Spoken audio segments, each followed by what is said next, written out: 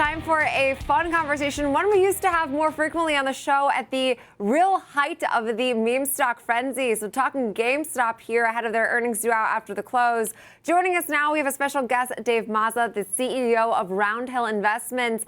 Dave, thanks so much for joining us today. GameStop is used to be, I'd say, a name I looked at every single day so religiously. Also, some of the meme stocks, AMC is another, DJT, Palantir, frequent flyer on our show. So talk to us about the volatility, the expectations, all of the things ahead of GameStop's report, because this one used to generate some fireworks, and hey, it's still capable of doing so. Yeah, no, you're absolutely right. So as you noted, GameStop's the OG meme stock, the original meme stock, kind of started the whole craze, of course, which is crazy to think about 5 years ago in the kind of height of COVID.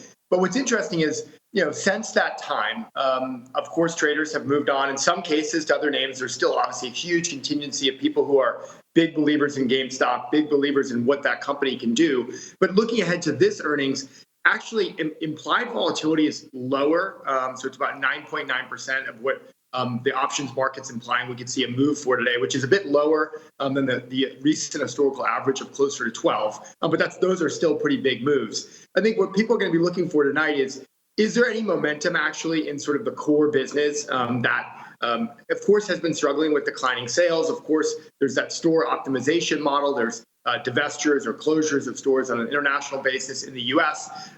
That sort of remains challenged. Now, on the flip side, there's a lot of positive sentiment about potentially, are we going to see GameStop become kind of a Bitcoin play like MicroStrategy? That, of course, could cause some great excitement. Of course, there's positioning of, could this be another short squeeze opportunity because there's so little analyst coverage and so sort of little institutional action in this name. So we'll have to see. But most definitely, what we're looking at, though, is not just that implied volatility, but the fact that the stock right now is squeezed between its 50 and 200-day moving averages. And so with that being the case, I do think we're going to see some probably action on a technical basis, depending upon what we see out of the company. Yeah, and I guess action's all relative compared to what we saw just a few years ago in that name. Dave, appreciate you joining us. Obviously, one of the tougher types of names to preview is there's just so many factors to look at. And unlike Jenny, maybe I'm a stick in the mud. I'm actually glad I don't have to look at names like AMC and GameStop every single day anymore.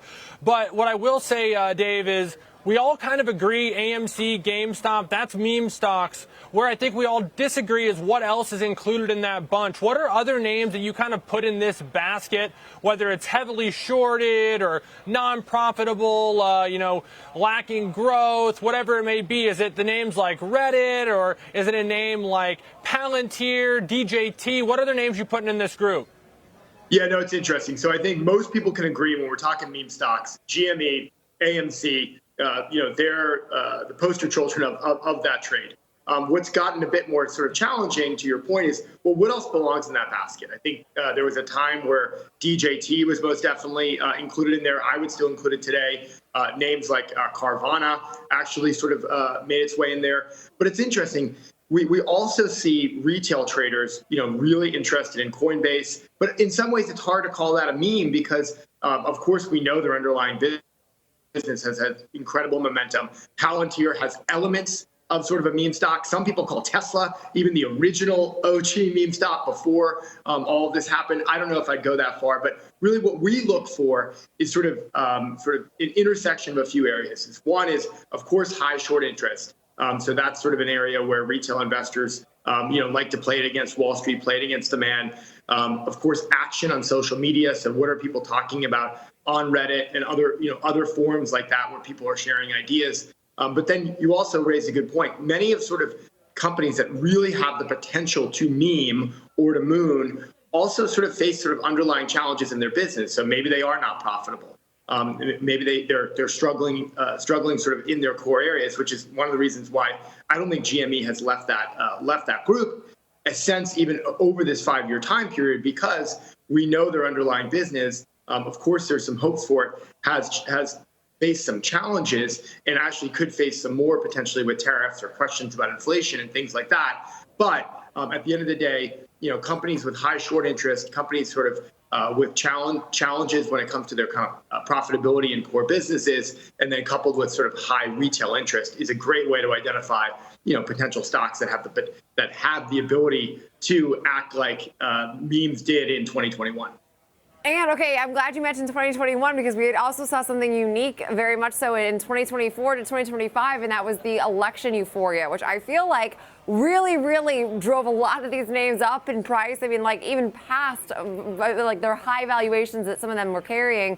And we saw that somewhat continue, and now we've seen the unraveling of that. So do you think this Trump bumper, the euphoria around the election, had a lot to do with their recent price activity? Because I feel like especially names that are tied in some regard to the Bitcoin, the overall crypto conversation, like your Coinbase, your MicroStrategy, those really got caught up also in like a meme stock type feeling.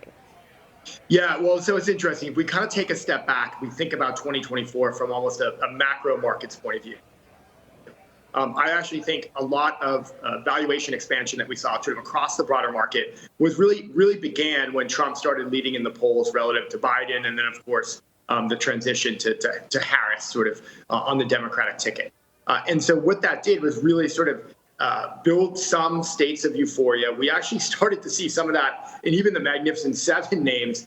Then that quickly after the election with that Trump bump transitioned to sort of what I would say a few real areas that are more themes that had the real potential, to benefit under the administration. And so, of course, crypto comes to mind. You mentioned that. Those names saw, just incredible jumps in their valuation, maybe not necessarily with corresponding earnings in all cases. And then also kind of bled into AI, but more like I would call kind of AI adjacent names, names that aren't necessarily sort of the first you'd think about, like an NVIDIA or even some of the chip makers or hyperscalers, and then into areas like a quantum computing.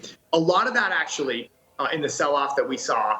We know retail investors, actually, if you look at sort of baskets that are produced by banks or other areas, they actually saw some of the worst performance, dragging the market down first. Now they're actually starting to recover a bit as we maybe get more clarity on what's going to be coming with tariffs on April 2nd, and then as we made its way through the earnings season. So I actually think some of the euphoria coming out of the market broadly is probably a positive. I think the market kind of talked itself into a correction.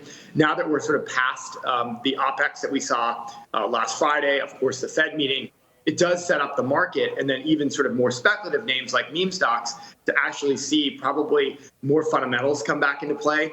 But it's really hard to say that in all cases meme stocks are attached to fundamentals in any way, shape, or form, and that's not a negative. I think the haters will come out and say, well, these names don't trade on fundamentals. There's no reason we should be trading them. But for traders, these can be pretty attractive names because of all the potential for moves on the upside and the downside because of positioning in the options market. And then, of course, just positioning from what goes on the short interest side.